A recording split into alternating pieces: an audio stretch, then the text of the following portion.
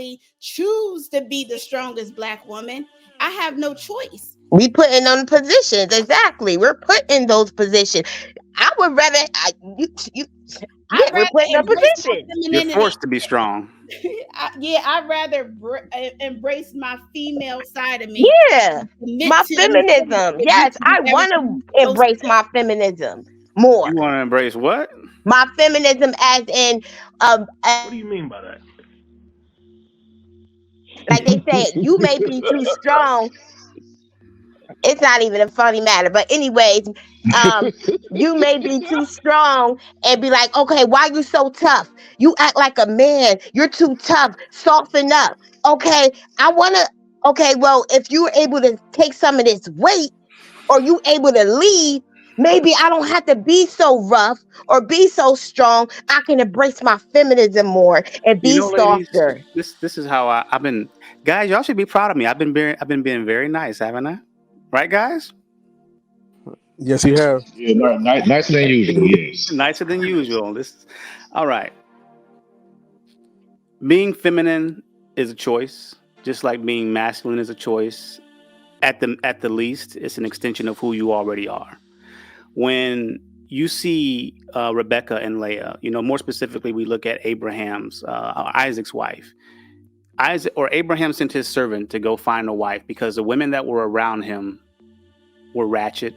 They did not have a sense of being righteous. They were not able to fit into the mold of what Abraham needed for his son. So he sent his servant to go find a wife for him. And he found Isaac's future wife, and she was already being feminine. She didn't know who this old man was that was asking her for help. He didn't even say, please, can you help me get some water? Can you help water my camels? And she was more than willing to do that out of her femininity, her desire to be submissive, her desire to serve. It had nothing to do with her circumstances. It was something that was already baked into the pie. And when it comes to men, we don't have the option of turning on and off our masculinity in most cases. We have to be masculine. And also, it's an extension of who we already are. I think that a lot of women are choosing to be assertive, aggressive, and be masculine. It's not a switch that you just turn on and turn off. Either you have it or you don't. And I think this may be the root of what we're talking about here, why a lot of men may choose to go to different cultures and different societies, because those women are already operating within their feminine. Over here, we talk about men being providers, protectors, problem solvers, prophets, and priests. We don't stop hammering on those topics. And we also teach men to look for women who are sweet, that's submissive, focused on wellness and nutrition, effeminate, hold men in high esteem, and are temples of the Holy Spirit. At the end of the day, men are attracted to femininity, and they're going to find that no matter where it is. And if women in the Black community or any community feel that they have to be strong, they have to be things that men are not interested in, we're going to continue to see more men divest from the Black community. As Dr. Umar said, percentage wise, Black men date out of their race more than anybody else. So I know that Black women have been given a bad deal in many cases, just like black men, with some of the things we deal with culturally. But at the end of the day, it's going to be men who choose women. Until Black women get on one knee and propose to men, it doesn't really matter. You know, Oh women my. are going to have to figure it out. Right, but to just you said something just a while ago about strong, but your partner, your friend, before he left, he said his wife was strong. Hmm. So why didn't he leave her? You understand? So again, Well, what let you. DK said was, I'm going to clarify for him. He said that at the end of the day, no matter how strong she is, they have an understanding that whatever decision she comes up with, or he's going to be held ultimately responsible. And I side with that 100%. Men are being held ultimately responsible for everything that happens underneath that roof, by God, by man, and even by the woman when she ain't doing right. She's still going to hold him accountable. And men should be okay with that. The best thing that men can do is choose to be with women who understand that dichotomy, that no matter how much of a rebel she is, that he's going to be held accountable, and she needs to set him up for success and not try to steer him or manipulate him behind the scenes whenever she wants him to do something that he's going to be ultimately responsible for also. So it goes back to, I believe that Black women and women in the West in general, and women in our communities, both of all colors, I've come to the conclusion that women don't care what we talk about. I really believe that. But at the same time, we're going to continue to have a bit of a drain of men participating in relationships that are effective until we get this thing figured out. And in the meanwhile, some men in the Black community, being specific, they can just go somewhere else and find what they're looking for. What am I missing?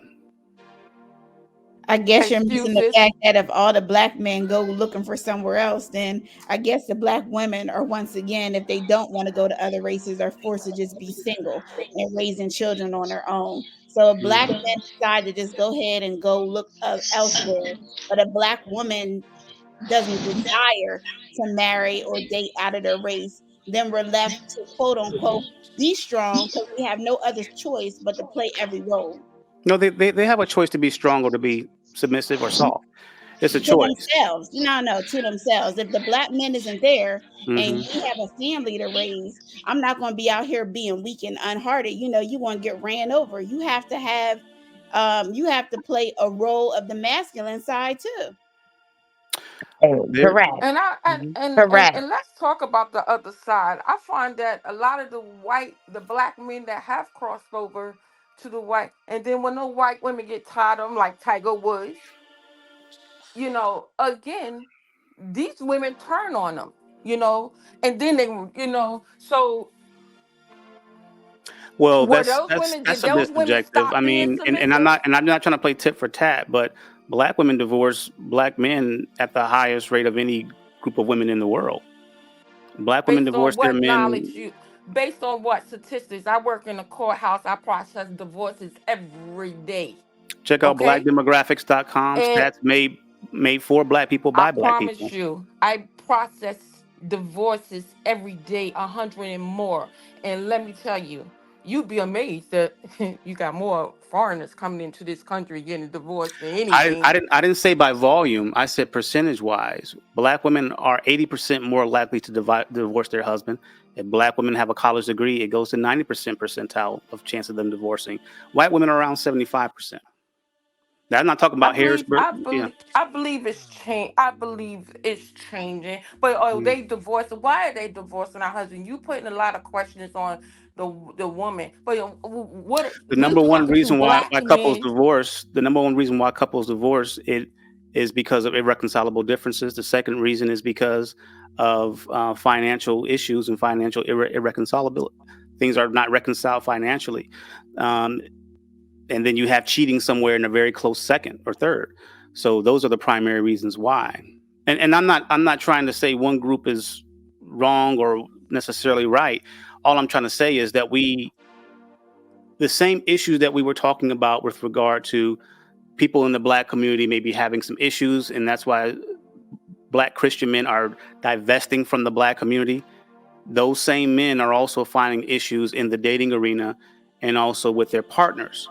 And again, at the end of the day, men are going to be the ones that go down on one knee and propose to the women, and men are the ones who gatekeep relationships and marriage. Um, so we've got to figure something out to make this situation a little communication, bit better. communication. And that's I what think we're doing right now, the right? listen.